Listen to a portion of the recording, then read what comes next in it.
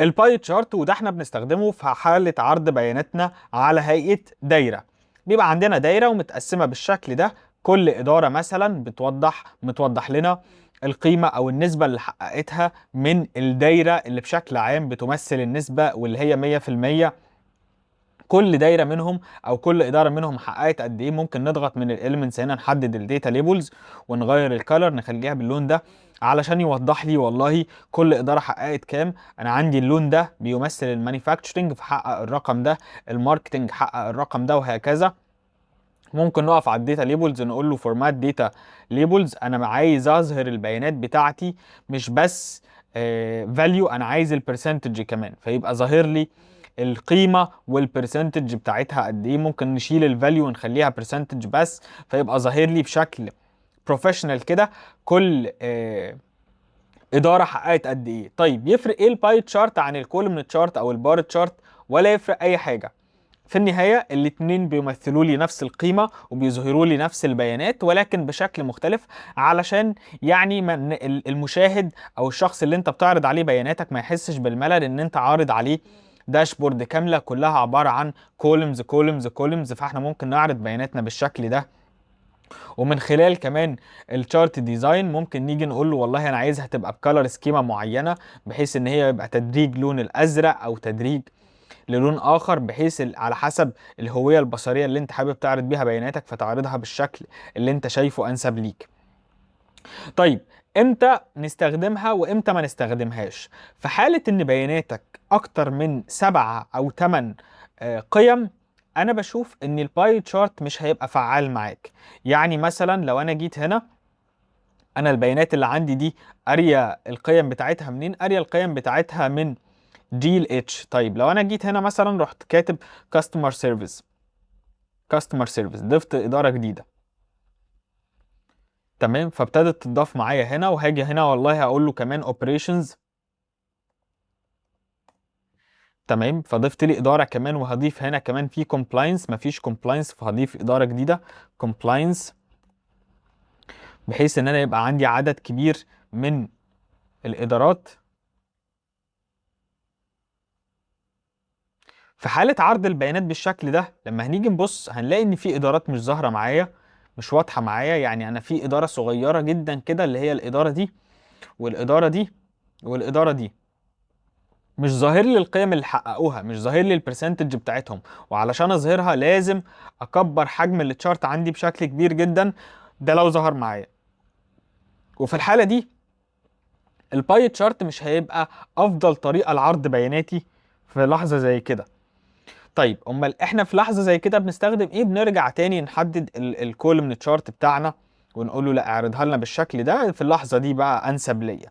فامتى ما نستخدمش الباي تشارت او الدونت تشارت؟ في حاله ان بياناتك اكتر من 7 وعلى حسب القيم اللي بيحققوها كمان. فاحنا كل ما هيبقى عدد القيم اقل كل ما هيبقى افضل. انا من وجهة نظري في حالة ان القيم بتاعتك اقل من 4 انت ملزم ان انت تعرضها في باي تشارت. طبعا مفيش حد الزمني بحاجه زي كده او انا ما بلزمكش بيها، ولكن انا بحس ان دي افضل طريقه لعرض بياناتك لو هي اقل من 4. ليه؟ لانها بتبقى بالشكل ده، شكلها احترافي جدا، وبيبقى حتى شكلها احلى وعرضها افضل من انها تبقى كولوم تشارت. كولوم تشارت بيبقى المسافات ما بينه كبيره وشكلها مش لطيف، على العكس من الباي تشارت بالشكل ده بيبقى شكلها مناسب جدا. طيب ايه انواع الباي تشارتس؟ طبعا احنا زي ما قلنا ان احنا بمجرد بس ما بنقف عليها ممكن نيجي نحدد البيانات الخاصه بالباي تشارت عندي. وليكن مثلا انا هحدد اول ادارتين فقط، فالادارتين عندي بالشكل ده. طيب لو انا عايز اعكس اخلي الماركتنج هو اللي على اليمين والمانيفاكتشرنج هو اللي على الشمال، خلينا نضغط دبل كليك هنا ونغير اللون خالص. خلي ده باللون ده مثلا ونغير اللون ده. طيب بغيره ازاي؟ بضغط دبل كليك عليه هو علشان احدده لوحده، وبقول له مثلا انا عايز ده يبقى باللون ده. طيب انا حاسس ان الداتا ليبل هنا بقيت مش واضحه، هكبر خط الاتنين وهضغط دبل كليك على ده، فانا حددت ده لوحده وهاجي اقول له والله الفورمات انا عايز الفونت يبقى باللون ده. تمام. طيب انا عايز اعكس، قلنا عايزين نعكس الانجل للعرض بتاعي. بكل بساطه بقف عليه بضغط رايت كليك فبقول له فورمات داتا سيريس، وباجي هنا في السيريس اوبشن وبقول له والله انا عايزك تقلبها لي بزاويه 90 درجه. ايه اللي حصل؟ اتقلبت معايا بزاويه 90. وممكن بقى اغيرها، اخليها بالطريقه اللي انا شايفها هتبقى مناسبه معايا، وليكن مثلا هنخليها 90 زي ما كانت علشان تبقى معايا ظاهره بالشكل ده. طيب الباي اكسبلوجن، المسافه ما بين الاتنين ممكن اخليها كده او اخليها كده على حسب عرض البيانات. مثلا لو انا عايز اوضح ان في فرق ما بين الاتنين ممكن اخليها بالشكل ده، بحيث ان انا اقول له والله ده الماركتنج وده المانيفاكتشرنج، فيبقى عندي بالشكل ده المسافه او الاكسبلوجن ما بين الاثنين. طيب ايه انواع الباي تشارتس؟ هنرجع تاني نضغط كنترول زد نرجع كل حاجه زي ما كانت، او خلينا نحدد هنا نقول له فورمات داتا سيريس ونرجع ده للصفر. تمام.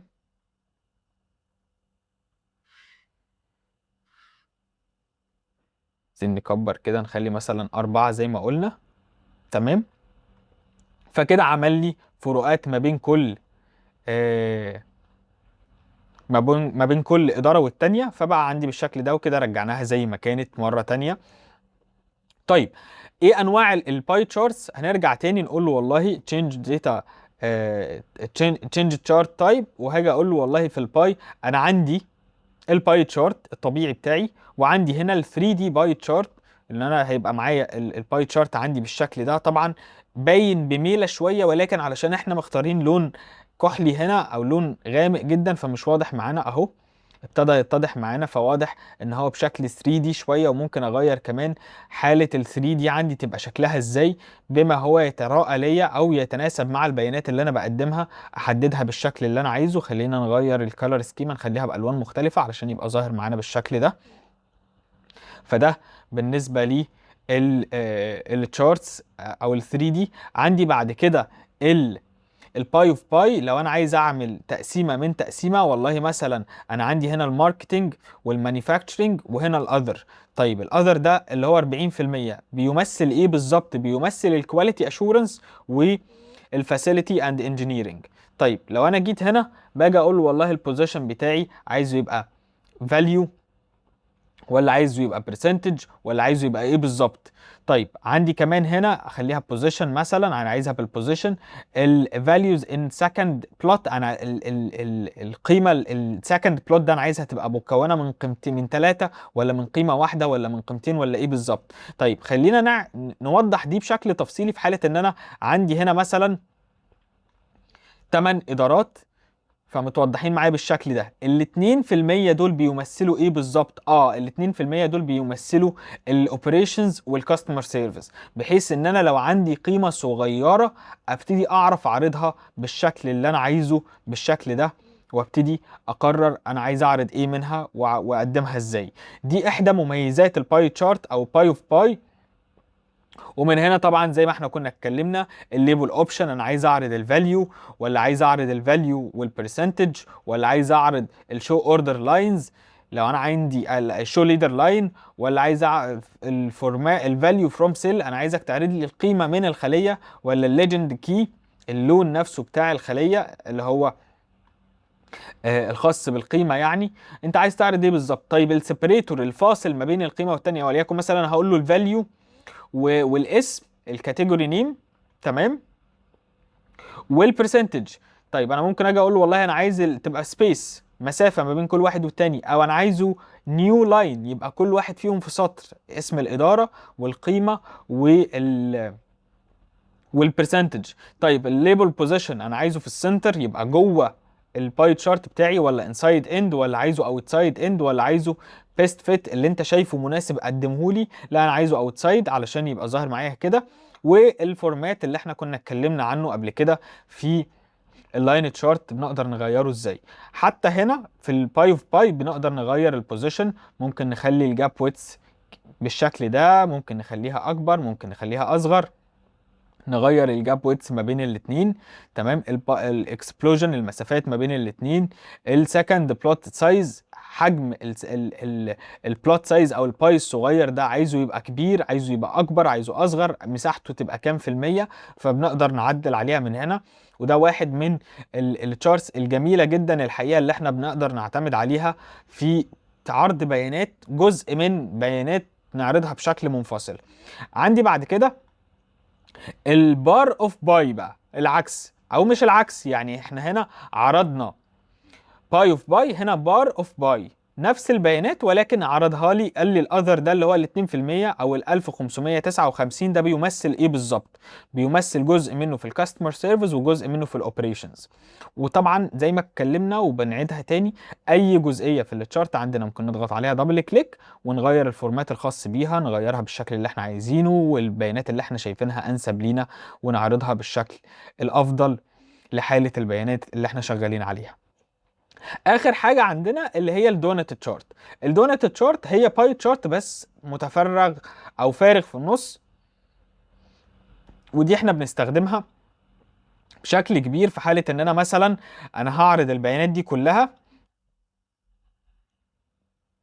فبقيت معايا بالشكل ده، او خليني انا هغير الاوبريشنز والكاستمر سيرفيس هرجعهم تاني للادارات اللي اوريدي كانت موجوده عندي. طبعا الشارت بتاعي مربوط بالجدول التحليلي اللي انا حاطه هنا، وبناء عليه لما بعدل في اصل البيانات بلاقيه اتغير معايا هنا بشكل تلقائي كمان، فهاجي اقول له والله كمان الكومبلاينس اللي احنا كنا لسه ضايفينها، فالبيانات بقيت معايا بالشكل ده.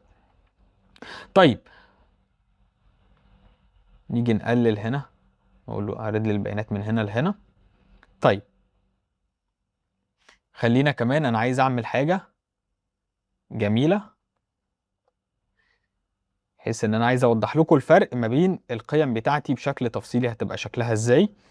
طيب حدد لي ده واقول له صغر لي البيانات من هنا، وهاجي هنا هقول له alt equal اجمالي البيانات دي كام. طيب الرسم البياني دلوقتي بقى بيمثل فقط 4 ادارات: ماركتنج، مانيفاكتشرنج، فاسيلتيز انجينيرنج اند كواليتي اشورنس. هنغير الالوان نخليها الوان بكالر سكيما واضحه علشان اللخبطه دي انا زهقت منها.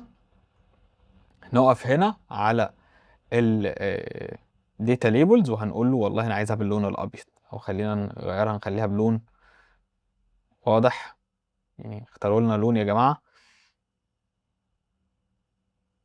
متعصبونيش بقى. طيب ده عشان مثلا لون مناسب، او خلينا نغيرها خالص نقول له والله الداتا ليبلز عندي خليها اوتسايد، انا عايزها اوتسايد. فين الاوتسايد؟ خلينا نقول له هنا الداتا ليبل مثلا هخليها هنا بالشكل ده عشان تبقى واضحه معايا. طيب ده الباي تشارت عندي عباره عن او الدونت تشارت عباره عن باي تشارت عادي جدا، ولكنه فارغ في النص. ممكن اجي من الانسيرت واقول له والله انسيرت تكست بوكس، ضيف لي تكست بوكس، وجوه التكست بوكس هاجي اكتب فوق في الفورمولا هقول له بيساوي قيمه الخليه دي، انتر. راح قال لي 7000 او 73471. هننسق الخليه دي تمام بالشكل ده ونخليها بولد، فبقى معايا بالمنظر ده. نكبر خطها شويه فبقى معايا بالشكل ده. باجي اسنترها هنا، احدد الاتنين عشان اتاكد ان التناسق مظبوط بالملي. هقول له في الميدل وفي السنتر، فكده موجود معايا في الميدل بالظبط. هضغط دبل كليك عليه وهاجي اقول له والله انا عايزه نو اوتلاين ونو فيل، فبقى معايا بالشكل ده. طب ايه اللي هيحصل لما هاجي اعدل في البيانات هنا؟ الرسم البياني هيتغير معايا وهيظهر لي الاجمالي هنا. ليه؟ لان الاجمالي هو حاصل اجمالي الاربع ادارات اللي انا عارضهم. فده طريقه جيده كمان، ان ده ميزه الباي تشارت، ان انت بيبقى فاضي في النص فتقدر تعرض فيه الاجمالي مثلا للبيانات بتاعتك. انا دايما بحب استخدم الباي تشارت في حاله ان انا بعرض قيمتين فقط، يعني حتى في حاله 4 قيم شكله جميل وشكله لذيذ ونقدر نعدل عليه. ممكن كمان نصغر حجم الدونت اكسبلوجن، ممكن يعني نفرق الادارات من بعض، او ال ال ال الانجل نخليه ازاي، او حتى السايز نخلي حجمه شكله ازاي. انا دايما بحب بفضل استخدام الباي تشارت في حاله ان انا بعرض قيمتين فقط. قيمتين فقط بيبقى شكله ممتاز جدا معايا، بيبقى معايا بالشكل ده، واي تعديل في اصل البيانات زي ما كنا قلنا بيتغير معايا وبيبقى موجود بالشكل ده. فانا مثلا ممكن اجي هنا واقول له والله انا عايز اعرض الفاليو، فهنا 9000 وهنا 25000، فبيظهر لي الاجمالي الخاص بيهم، لان طبعا احنا دلوقتي هو بيجمع لي الكل. لا انا عايزك تجمع لي يا سيدي من H2 ل H3، فهلاقيه بيجمع لي بيظهر لي الاجمالي الخاص بيهم. وطبعا اي تعديل في الارقام هنا هقول له والله راند بتوين، انا عايزك تظهر لي قيم عشوائيه ما بين 500 لثلاث تسعات. المعادله دي احنا بنستخدمها عشان في حاله انا بشرح على بيانات كده الاقي الارقام بتتعدل عندي بشكل تلقائي. شايفين ايه اللي بيحصل؟ بشكل تلقائي بيتعدل معايا كله. ده في حاله الباي تشارت. الباي تشارت فيه كمان اوبشن وهو الدبل باي تشارت، ان انا لو جيت حددت القيمتين كده وجي او عملت تو كولمز فيهم قيم وقلت له والله Alt F1، وجيت في التشارت تايب وقلت له انا عايزه باي تشارت، ايه اللي هيحصل معايا؟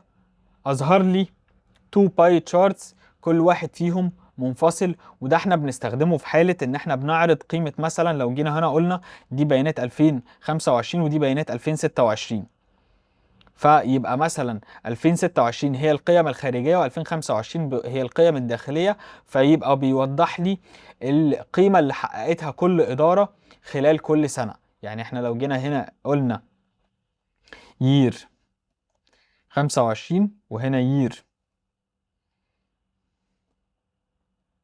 26، وهنرجع تاني نقول له select data، هنيجي نعمل له remove خالص، نشيل البيانات ونيجي نحدد البيانات بتاعتي بالشكل ده. اوكي، فابتدى يظهر لي والله كل إدارة حققت ايه، الماركتينج البرفورمانس بتاعه اتنقل ازاي واتغير ازاي ومين راح فين، فيبتدي يعرضها لي بالشكل ده اللي هو الدبل دونت تشارت. ونقدر نستخدمه في عرض بياناتنا زي ما كنت قلت لكم ان انا دايما بفضله في حاله ان انا بعمل مقارنه او بعرض بيانات خاصه بقيمتين. والله انا بعرض مثلا التوطين، مين مواطن مين غير مواطن، ذكر وانثى. لو انا مثلا بعمل مقارنه ما بين اقسام وعندي قسمين فقط او ثلاث اقسام، فبيبقى برضو شكله لذيذ معايا وشكله لطيف معايا. لو انا بشوف مثلا اسباب معينه، الاسباب دي عباره عن سبب من اتنين، فطول ما انت بتتكلم في بيان واحد او اتنين، افضل طريقه لعرضهم طبعا بتبقى باي دونت تشارت او باي تشارت، بيبقى افضل بكتير حتى من الكولوم تشارت اللي احنا بنشتغل عليه. يا رب يكون الشرح افادكم. ما تنساش تعمل سبسكرايب علشان تتابع باقي سلسله شرح كل التشارتس الموجوده في الاكسل واللي احنا بنستخدمها في عرض كل بياناتنا ايا كان البرنامج اللي احنا شغالين عليه. يومكم زي الفل.